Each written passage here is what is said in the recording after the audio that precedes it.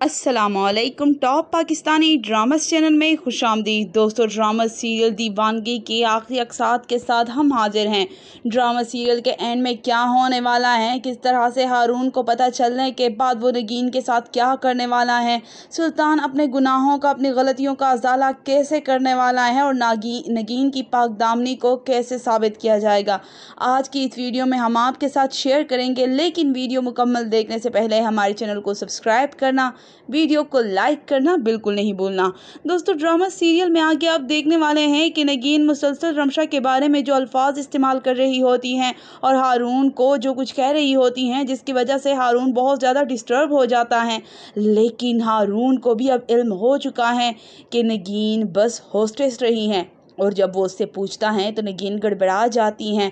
वो ये बात तस्लीम नहीं करना चाहती, क्योंकि अगर उसने हारून को बता दिया तो फिर उसकी बाकी सारी छुपी बातें भी सबके सामने आ जाएंगी। सुल्तान से उसका क्या रिश्ता रहा है, ये सारी बातें भी खुलकर आ जाएंगी। नगीन ऐसा नहीं चाहती थी, लेकिन वक्त और हालात उसे जिस इम्तिहान में ला के खड़ा कर रहे हैं, अब वो उस इम्तिहान को बहुत ही हौसले से फेस करेगी, वरना नगीन की ज़िंदगी बर्बाद हो जाएगी। ड्रामा सीरियल में आगे आप देखने वाले हैं कि रमशा बहुत अच्छे तरीके से अपने चाले चलने में मसरूफ़ है, और फिर जब उसे इस बात का अंदाज़ा हो जाता है, इस बात का पता वो लगा लेती हैं कि नगीन कोई और नहीं बल्कि सुल्तान की मोहब्बत है। सुल्तान उसे दीवानगी की हद तक चाहता है, और हारून के घर वालों पर जो इतनी सारी मेहरबानियाँ हो रही हैं वो सिर्फ़ और सिर्फ नगीन की वजह से हो रही हैं।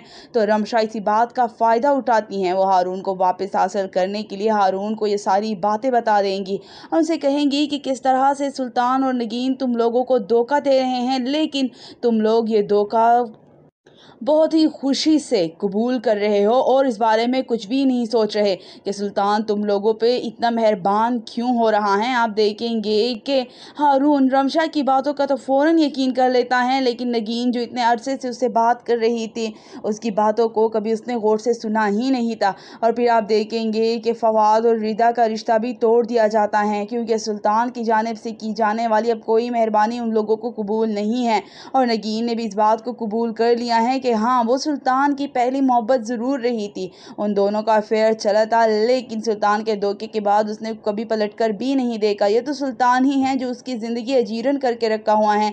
लेकिन हारून को कोई बात नहीं सुननी, और वो नगीन को धक्के देकर इस घर से निकाल देता है। अब नगीन को थामने वाला हाथ सुल्तान का होता है। वो नगीन को अपने साथ अपने घर लेकर आता है, लेकिन नगीन उस शख्स को कैसे कबूल कर सकती हैं जिसकी वजह से एक बार फिर से उसकी ज़िंदगी बर्बाद हुई है।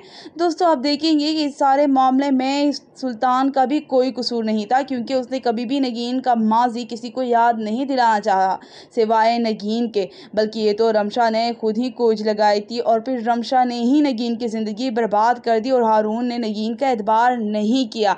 और जब ये सारी बातें सुल्तान नगीन के सामने ला के रख देगा, उससे माफ़ी मांगेगा, उससे अपनी मोहब्बतों का इजहार करेगा, तब नगीन को चारों नाचार उसकी मोहब्बत को कबूल करना ही पड़ेगा, क्योंकि नगीन ने भी उससे मोहब्बत की थी। तो दोस्तों, आप क्या कहते हैं कि क्या ड्रामा सीरियल का एंड बिल्कुल ऐसा ही होना चाहिए? कमेंट में अपनी कीमती राय ज़रूर दीजिएगा, लाइक करके ज़रूर बताइएगा। शुक्रिया।